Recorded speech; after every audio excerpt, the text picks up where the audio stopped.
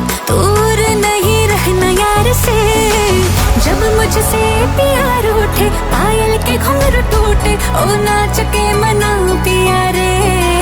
खन खन चूड़ी खन के रहूं हीर तेरे बन के तू